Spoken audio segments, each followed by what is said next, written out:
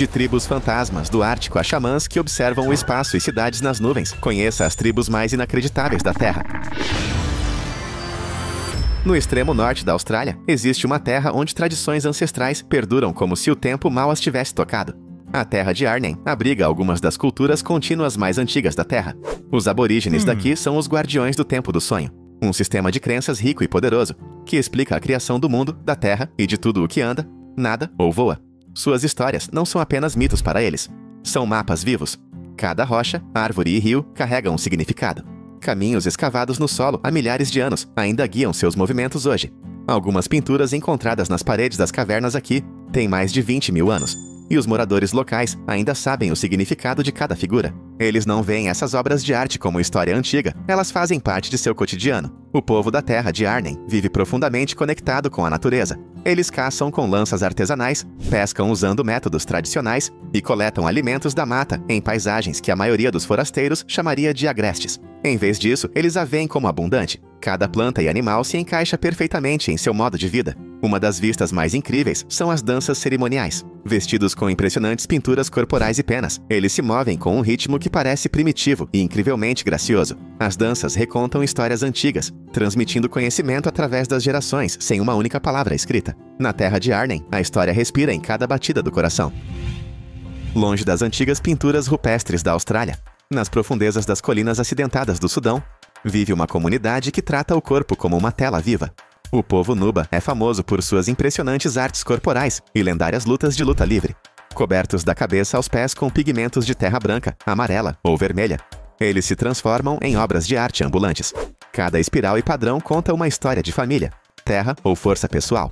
A luta livre aqui não é apenas um esporte. É um grande evento que reúne vilas inteiras. Os competidores treinam por meses, construindo força sob o sol escaldante da África. Quando se encontram na arena, é um teste de habilidade, velocidade e orgulho. A vitória é celebrada com canções e danças tradicionais, mas a derrota nunca traz vergonha. Para os Nuba, essas competições são uma forma de homenagear seus ancestrais e aguçar seus corpos e mentes. Suas casas, aninhadas em penhascos rochosos, combinam perfeitamente com a paisagem seca e dourada. A vida aqui exige resiliência. As plantações são cultivadas em pequenos campos cultivados manualmente, e os rebanhos são protegidos ferozmente. Mesmo sob calor intenso, o povo Nuba mantém suas tradições vivas, equilibrando um estilo de vida difícil com momentos de celebração vibrante. E agora, das arenas empoeiradas do Sudão, mergulhamos nas águas infinitas do Sudeste Asiático. Se os Nuba dominam a terra, o povo Moken domina o mar. Conhecidos como ciganos do mar, eles passam a maior parte da vida em pequenos barcos, navegando entre ilhas, nas costas da Tailândia e de Mianmar. Para eles, o oceano não é uma fronteira, é um lar. As crianças aqui aprendem a nadar antes mesmo de aprenderem a andar. Alguns Moken conseguem prender a respiração debaixo d'água por minutos, mergulhando em busca de peixes e mariscos, sem nenhum equipamento especial. Sua conexão com o mar é tão profunda que eles conseguem detectar mudanças na cor da água e nas correntes que a maioria dos outros não perceberia. Essa percepção aguçada já salvou comunidades Moken inteiras durante ondas gigantescas, pois eles reconheceram os sinais e se moveram para a segurança antes que o desastre acontecesse. Os barcos tradicionais Moken, chamados kabangs, são feitos à mão em madeira, sem o uso de pregos. A vida nesses barcos é simples, mas rica: pesca, culinária e contar histórias a céu aberto. Durante certas estações, alguns Moken se estabelecem temporariamente em terra, construindo pequenas casas de bambu antes de retornar às ondas. Seu modo de vida, livre do barulho do mundo moderno, parece quase uma lembrança de uma época diferente. Mas agora, vamos rumo ao norte, onde o gelo e o mistério escondem uma tribo ártica, da qual poucos ouviram falar. Na orla do Ártico conhecido, nas terras congeladas da ilha de Southampton, no Canadá, vivia um povo tão isolado que até mesmo os vizinhos inuites sabiam pouco sobre eles. Eram os Saddlermuit, um grupo cujos costumes, língua e modo de vida pareciam congelados no tempo. Ninguém sabia exatamente de onde vinham. Alguns pensavam que eram os últimos sobreviventes de uma cultura antiga, intocada por mãos externas. Vivendo em casas de pedra e grama, eles se adaptaram a invernos rigorosos de maneiras que pareciam quase impossíveis. Suas ferramentas, feitas de osso e pedra, eram simples, mas perfeitamente adequadas ao mundo gelado ao seu redor. Os Saddlermuit dependiam da caça às focas, da pesca e da coleta do pouco que a tundra podia oferecer. Eles se moviam pelo gelo em pequenos grupos determinados, envoltos em peles, sempre trabalhando juntos para sobreviver ao frio que poderia atingir a qualquer momento. Ao contrário de outros grupos do Ártico, os Saddlermiut mantinham distância dos visitantes, raramente comercializavam, evitavam forasteiros e se apegavam teimosamente aos seus velhos costumes. Até mesmo seus estilos de vestimenta e métodos de caça permaneceram únicos e intocados pelas inovações locais. Até hoje, pesquisadores se perguntam quem exatamente eles eram. Em um mundo em constante evolução, os Saddlermiut permaneceram imóveis, guardando seus mistérios até o fim. No alto das montanhas enevoadas do Peru, vivia um povo que os conquistadores espanhóis chamaram de Chachapoya, os guerreiros das nuvens. Eles ganharam esse nome porque suas aldeias flutuavam acima das nuvens, escondidas em densas florestas e empoleiradas ao longo de penhascos escarpados. Para sobreviver em uma paisagem tão selvagem, os Chachapoya tornaram-se mestres da construção. Eles esculpiram cidades de pedra, construíram torres altas e criaram túmulos imponentes nas encostas dos penhascos que ainda hoje intrigam os arqueólogos. Ao contrário das civilizações desérticas do antigo Peru, os Chachapoya prosperaram em florestas nubladas verdejantes e exuberantes. Eles cultivavam plantações em encostas íngremes de montanhas, teciam tecidos finos e criavam cerâmicas decoradas com rostos ousados e assustadores. Até mesmo suas práticas funerárias eram únicas. Em vez de esconder sepulturas no subsolo, eles colocavam seus mortos em sarcófagos, em forma de figuras humanas, orgulhosamente erguidos em saliências centenas de metros acima dos vales abaixo. Os Chachapoya não apenas construíram cidades impressionantes, eles eram lutadores ferozes. Protegidos pela neblina e por terrenos traiçoeiros, eles resistiram a forasteiros por séculos. Mesmo quando absorvidos pelo Império Inca em expansão, eles mantiveram grande parte de sua identidade intacta. Hoje, vestígios de suas cidades, como Cuelap, uma enorme fortaleza bem acima das nuvens, ainda permanecem como testemunhas silenciosas de um mundo que poucos forasteiros já viram. E falando em mundos ocultos, vamos para o norte, nas profundezas das densas selvas do México, onde outra cultura antiga ainda pulsa silenciosamente entre as árvores. No denso coração verde da selva mexicana de Chiapas, onde rios serpenteiam como cobras e árvores bloqueiam o sol, vivem os maias lacândonos, uma das últimas comunidades que se apegam às antigas tradições maias. Enquanto a maioria das cidades maias caiu há séculos, e muitos descendentes maias se adaptaram à vida urbana. Os lacandonos permaneceram escondidos nas florestas, guardando segredos de sobrevivência que só eles conhecem. Vivem em pequenos grupos isolados, cultivando milho e colhendo frutas da floresta tropical. A caça é feita com arcos e flechas simples, e suas casas são feitas de madeira e folhas de palmeira, misturando-se quase invisivelmente à selva. Sua vestimenta tradicional são túnicas brancas, longas e simples, que parecem refletir a luz ao redor, fazendo-os parecer fantasmas entre as árvores. Os Lacandon têm uma profunda conexão espiritual com a floresta. Eles acreditam que cada árvore, rio e animal possui um espírito, e rituais são realizados para manter o equilíbrio com o mundo natural. Em alguns lugares, antigos templos maias ainda existem nas proximidades, engolidos por cipós e raízes. Os Lacandon os veem não como ruínas, mas como lugares vivos, ainda pulsando com a energia de seus ancestrais. Através de séculos de tempestades, mudanças e pressões externas, os Lacandon conseguiram algo que quase ninguém mais conseguiu. Eles mantiveram seu mundo escondido, intacto e vivo sob a cobertura verde da selva. Nos penhascos secos e rochosos do Mali, o povo Dogon construiu um mundo que parece entrelaçado entre a terra e o céu. Suas aldeias se agarram a muros de pedra, suas casas empilhadas como degraus antigos em direção ao céu. Mas o que realmente chamou a atenção global não foi sua arquitetura, mas seu conhecimento das estrelas. Muito antes que os telescópios pudessem vê-la, os Dogon falavam de Sirius B, uma pequena estrela invisível a olho nu. Eles a descreveram como uma companheira pesada e densa da brilhante estrela Sirius. Eles até sabiam que ela tinha uma órbita elíptica, um fato confirmado pela ciência moderna apenas no século XX. Como eles sabiam, alguns sugerem contato antigo com viajantes desconhecidos. Outros acreditam que o conhecimento foi transmitido por uma civilização anterior e perdida. Os próprios Dogon dizem que isso faz parte de seus ensinamentos sagrados.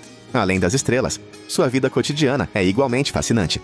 Os Dogon esculpem elaboradas máscaras de madeira, cada uma usada em cerimônias que homenageiam espíritos e ancestrais.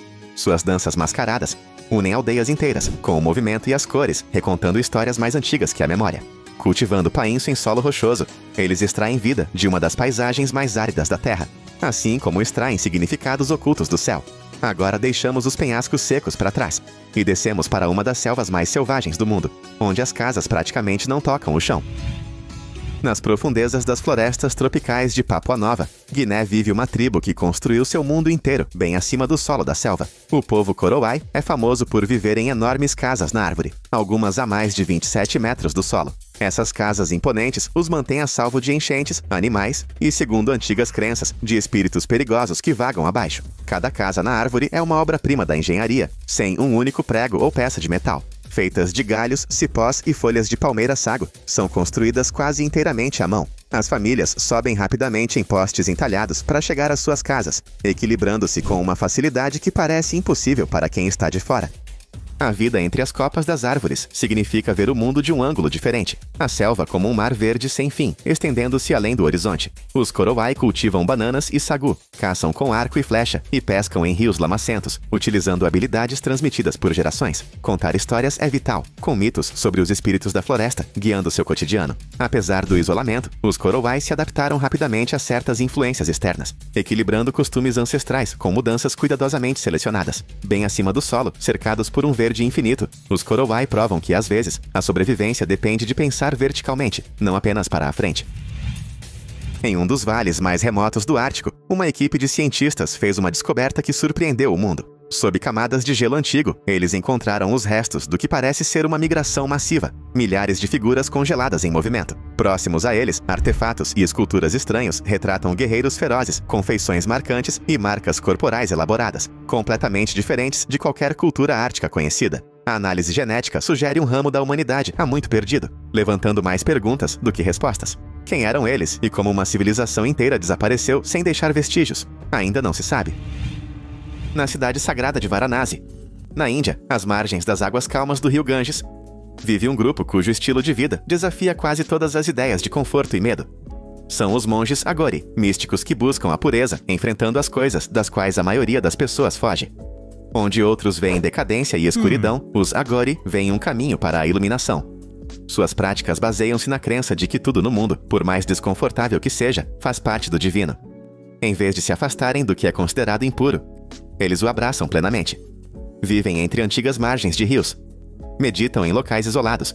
E se cobrem com as cinzas de fogueiras sagradas. Sua aparência é impressionante. Corpos salpicados de cinza, colares feitos de contas simbólicas e olhos profundos que parecem enxergar muito além da superfície das coisas. Os Agori desafiam a ideia de medo, vivendo sem os confortos tradicionais. Frequentemente renunciam a laços familiares, bens materiais e até mesmo a lares convencionais. Seus dias são passados meditando, entoando cânticos e se conectando profundamente com o mundo ao seu redor. Para eles, a verdadeira liberdade não vem de evitar as partes difíceis da vida, mas de atravessá-las sem hesitar. Nas profundezas das densas selvas do Equador vivem os Huaorani, um povo cujo vínculo com a floresta tropical é tão forte que são frequentemente chamados de seus guardiões ferozes. Por gerações, os Huaorani viveram quase inteiramente isolados, movendo-se silenciosamente pelo labirinto verde de árvores e rios. Seu conhecimento da Amazônia é incomparável. Eles sabem quais plantas curam, quais rios escondem peixes e quais caminhos são seguros quando as tempestades chegam. Tradicionalmente, os Huaorani caçavam com zarabatanas longas e lanças artesanais, movendo-se com tanta habilidade que podiam parecer quase invisíveis entre as árvores. Suas aldeias são pequenas e construídas para se misturar à floresta, com casas feitas de madeira e folhas de palmeira. Cada passo que dão pela selva carrega o peso de gerações de conhecimento sobre sobrevivência. A língua dos Huaorani é rica e repleta de palavras únicas para os infinitos tons de verde ao seu redor. Histórias são passadas de geração em geração, não por meio de livros, mas por meio de canções, danças e tradições orais. Nos últimos anos, alguns Huaorani optaram por interagir mais com o mundo exterior, enquanto outros ainda permanecem nas profundezas da floresta, optando pelos costumes antigos. Das selvas emaranhadas da Amazônia, agora viajamos através dos continentes até as bordas nevadas da Europa, onde um tipo diferente de vida nômade perdura há milhares de anos. Nas vastas paisagens nevadas da Noruega, Suécia, Finlândia e partes da Rússia, o povo Sami vive há séculos, prosperando onde os invernos são longos e o sol mal nasce. Ao contrário da maioria dos grupos árticos intimamente ligados ao mar, os Sami se voltaram para o interior, construindo uma vida em torno de um dos animais mais emblemáticos do norte, a rena. Para os Sami, as renas são mais do que apenas animais. Elas são companheiras essenciais, fornecendo transporte, alimento e vestimenta. A vestimenta tradicional Sami, chamada Gakti, é de cores vibrantes, com padrões detalhados que muitas vezes revelam a origem da família de uma pessoa. Durante os festivais, a visão de pastores Sami vestidos com Gakti, guiando centenas de renas pelos campos nevados, É algo inesquecível. Suas casas, chamadas Lavu, têm o formato de tipis e são projetadas para resistir aos ventos violentos do Ártico. Lá dentro, fogueiras queimam durante invernos longos e escuros, mantendo as famílias aquecidas, enquanto histórias sobre ancestrais, espíritos e as forças ancestrais da natureza são compartilhadas. Mesmo hoje, muitos Sami mantêm fortes tradições de pastoreio de renas, pesca e artesanato. Escondidos nas profundezas das florestas acidentadas da ilha de Palawan, o povo Batak vive uma vida moldada pelos ritmos da terra. Seu nome significa povo da montanha e se encaixa perfeitamente.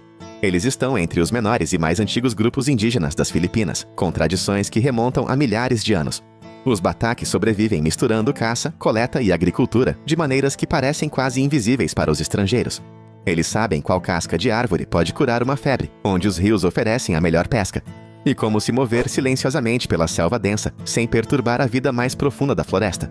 Sua conexão com a natureza não é apenas prática, é espiritual. Acredita-se que cada riacho, rocha e árvore antiga guardam um espírito. Antes da caça ou da coleta, os Batak costumam realizar pequenas cerimônias para pedir permissão aos guardiões invisíveis da floresta. Suas casas são construídas com bambu e folhas de palmeira, leves o suficiente para serem movidas, se necessário. Na cultura Batak, os laços comunitários são tudo. As decisões são tomadas em conjunto e a sobrevivência depende do compartilhamento de conhecimento, alimento e proteção. Mesmo hoje, apesar das pressões da vida moderna, muitos Batak ainda transmitem antigas habilidades de sobrevivência aos seus filhos, ensinando-os não apenas a viver na floresta, mas também a conviver com ela. Nas profundezas das densas florestas tropicais do Equador e do norte do Peru, vivem os Shuar, um povo há muito conhecido por sua conexão incomparável com a selva e suas incríveis tradições guerreiras. Entre todos os grupos indígenas da Amazônia, os Shuar se destacam por uma prática bastante incomum que cativou a imaginação global. São conhecidos como o último povo a criar troféus cerimoniais encolhidos de seus inimigos, embora hoje esse ritual não seja mais praticado. A verdadeira força dos Shuar, no entanto, reside em quão profundamente eles entendem a selva ao seu redor. Suas casas estão escondidas sob árvores imponentes, seus caminhos invisíveis para forasteiros. Eles caçam com zarabatanas e lanças, coletam frutas e usam plantas medicinais poderosas que só eles conhecem. Cada passo que dão é cuidadoso, aprendido ao longo de gerações de sobrevivência em um dos ambientes mais intensos do mundo. Os Shuar veem a floresta como um mundo vivo e pulsante. Dizem que espíritos habitam rios, árvores e animais. Seus rituais de danças a cânticos são formas de manter a harmonia entre as pessoas e o mundo natural. Mesmo suas pinturas faciais tradicionais não são apenas para fins estéticos. Elas marcam fases importantes da vida e batalhas travadas. Agora, deixando para trás as trilhas ocultas da Amazônia, viajamos para o norte, rumo à natureza gélida, onde pastores de renas ainda seguem trilhas ancestrais por paisagens brancas sem fim. Escondidos nas florestas do Sri Lanka, os Vedas vivem uma vida que mudou pouco ao longo de milhares de anos. São considerados o povo indígena mais antigo da ilha, com raízes que remontam a antes mesmo da história registrada. Mesmo hoje, as comunidades Vedas mantêm laços estreitos com as florestas, rios e cavernas que moldaram suas tradições. A vida tradicional Veda gira em torno da caça, coleta e agricultura simples. Eles se movem com leveza pela selva, habilidosos no uso de arcos e flechas para caçar veados e pequenos animais. Também coletam mel, um alimento apreciado não apenas por sua doçura, mas também por sua importância espiritual. As viagens para a coleta de mel são frequentemente acompanhadas por cânticos, pedindo aos espíritos da floresta uma passagem segura.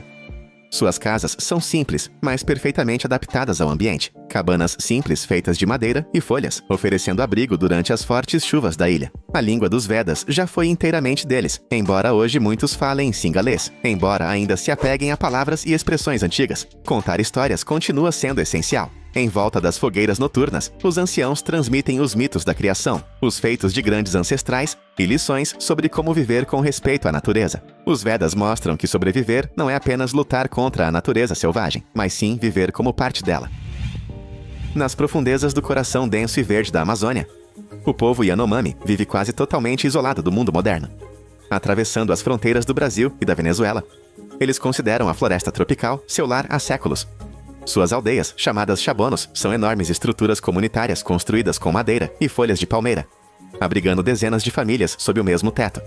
A vida sob o chabono se baseia no compartilhamento de comida, histórias e proteção contra a natureza. Os Yanomami são caçadores experientes, usando arcos e flechas com pontas de venenos naturais, e cultivam roças repletas de bananas, mandioca e frutas tropicais. Eles possuem um conhecimento impressionante da farmácia oculta da floresta, usando plantas para curar feridas, aliviar febres e até acalmar espíritos inquietos. A vida espiritual entre os Yanomami é rica e complexa. Xamãs, guiados pelos espíritos da floresta, ajudam a manter o equilíbrio entre humanos e natureza. Todo ser vivo faz parte da grande teia da vida. Uma crença que molda a maneira como os Yanomami caçam, coletam e criam seus filhos. Sua existência demonstra que a verdadeira sobrevivência não se resume a tirar da terra, mas sim a ouvi-la. Nas densas e emaranhadas florestas do Parque Nacional Yasuni, no Equador, vive um povo quase completamente invisível: os Taromenani. Eles são uma das últimas tribos isoladas do mundo, movendo-se silenciosamente por entre as árvores, evitando estradas, aviões e qualquer sinal do mundo exterior. Poucos os avistaram e menos ainda conquistaram sua confiança. Os Taromenani constroem seus abrigos com árvores caídas e folhas entrelaçadas, movendo-se com frequência para se manterem à frente das ameaças e seguirem os ritmos da floresta. Eles caçam macacos e pássaros com os arabatanas, pescam em riachos escondidos e coletam frutas de árvores imponentes. Tudo o que precisam vem da floresta tropical, ao contrário de muitas tribos que abriram pequenas janelas para o mundo moderno. Os Taromenani optaram pelo isolamento completo. Comunicam-se por meio de sinais, sons e uma língua que permanece quase totalmente sem registro. A decisão de permanecerem escondidos os protege não apenas de doenças, mas também da perda de um modo de vida que perdurou por gerações. Eles são a prova viva de que nas profundezas do mundo moderno ainda existem mistérios intocados pelo tempo. Através das tundras congeladas do norte da Sibéria, onde as temperaturas caem abaixo de 45 graus Celsius negativos e a luz do dia pode desaparecer por meses, o povo Nenets dominou a sobrevivência contra todas as probabilidades. Por gerações, eles acompanharam a migração de seus rebanhos de renas por milhares de quilômetros, movendo-se com as estações em um ritmo mais antigo do que a história registrada. Suas casas, chamadas Shun, são tendas redondas feitas de pele de rena, esticadas sobre postes de madeira. Em uma paisagem onde as árvores são raras e a neve domina o horizonte, esses abrigos portáteis oferecem calor, luz e um centro para a vida familiar. Movendo-se através de rios cobertos de gelo e planícies brancas intermináveis, os Nenets guiam seus rebanhos com uma habilidade transmitida por séculos, lendo mudanças sutis no vento e na neve, da mesma forma que os marinheiros leem o mar. As renas são tudo. Elas fornecem roupas, transporte, comida e até mesmo o material para construir abrigos. As crianças aprendem desde cedo a montar, pastorear e cuidar desses animais vitais. A vida aqui é difícil, mas rica em tradições. Festivais coloridos, canções entoadas sob céus vastos e cerimônias que pedem aos espíritos uma passagem segura pelas tempestades de inverno. Os Nenets mostram que mesmo nos cantos mais frios e inóspitos do planeta, a vida não apenas sobrevive, como também prospera, levando histórias, canções e esperança por terras congeladas. É isso aí. Qual tribo mais te surpreendeu? Escreva nos comentários. Para mais informações úteis, assista a outros vídeos.